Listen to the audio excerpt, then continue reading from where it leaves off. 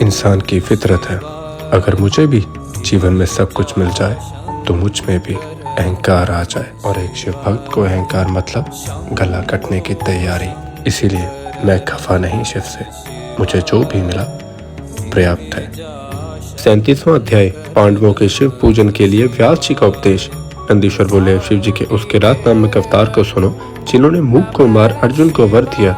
जब श्रेष्ठ पांडवों को दुर्योधन ने जुए में हरा दिया तो वे अपनी साध्वी पत्नी द्रौपदी के साथ ले द्वैत वन में जाकर सुखपूर्वक जीवन व्यतीत करने लगे।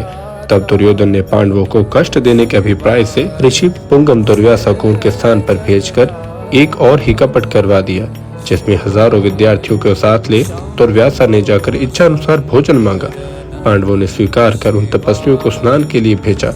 पश्चात अन्न के अभाव से दुखी पांडव प्राण विसर्जन करने लगे। तब द्रौपदी ने जो श्री कृष्ण का स्मरण किया तो कृष्ण तत्क्षण वहां उपस्थित हो गए और स्वयं शाक को खाकर उन सबको तृप्त कर दिया। दुर्व्यासा अपने शिष्यों को तृप्त हुआ जान चले गए।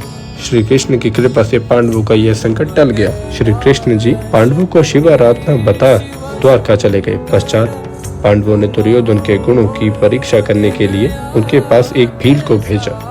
वह दुर्योधन के पास जा उसमें गुणाध्यायी को जान पांडवों के पास आया। उनसे दुर्योधन का गुण सुन पांडव बड़े दुखी हुए। युद्ध का विचार किया परंतु उपयुक्त समय न जानकर मौन रहे।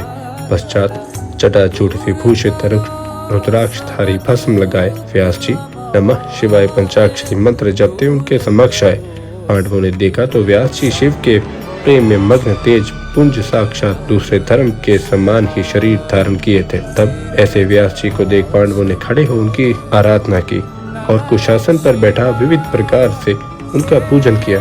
फिर स्तुति कर अपने को धन्य कहते हुए बड़ा हर्ष प्रकट किया तथा पांडवों ने व्यास जी से निवेदन कर उनसे ऐसे उपदेश की याचना की कि जिसमें उनका कष्ट शीघ्र ही दूर हो जावे। तब व्यास जी ने प्रसन्न होकर कहा, हे पांडवों, तुम कष्ट के योग्य नहीं हो क्योंकि तुमने सत्य का लोभ नहीं किया, अतः तुम धन्य और कृतकृत्य हो। सत्य पुरुषों को यह स्वभाव ही है कि वह प्राणों के चले जाने पर भी स्वधर्म को नहीं त्यागते।